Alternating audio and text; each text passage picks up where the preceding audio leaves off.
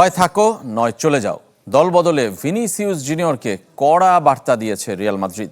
এদিকে বিভিন্ন গণমাধ্যমের দাবি, ইংলিশ প্রিমিয়ার লিগ চ্যাম্পিয়ন আর্সেনালের সাথে মৌখিকভাবে সমঝোতায় পৌঁছেছেন ব্রাজিলিয়ান তারকা। আলোচনায় ভিনিসিয়াস জুনিয়র।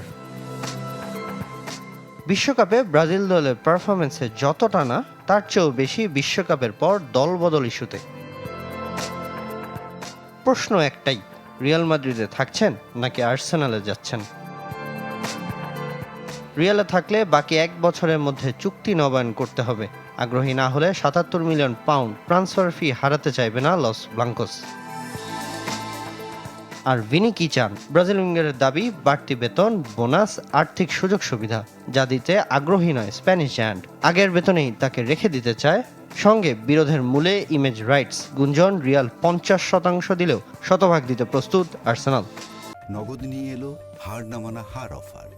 সর্বনিম্ন 10,000 টাকা রেমিটেন্স নগদে পাঠালে থাকছে স্বর্ণের হার জেতার সুযোগ।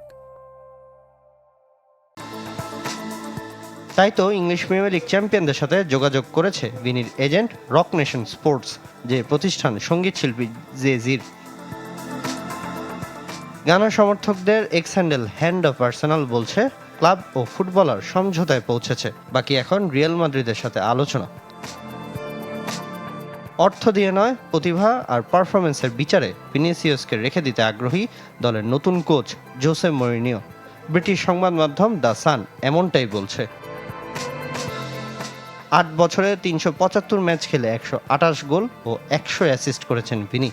সোমবার নবম মৌসুমের প্রস্তুতি শুরু করার কথা ভিনির। বিশ্বকাপ ছুটি শেষে ভালদেবেবাসে প্রাক মৌসুম অনুশীলনে যোগ দেওয়ার কথা ব্রাজিলিয়ান তারকার।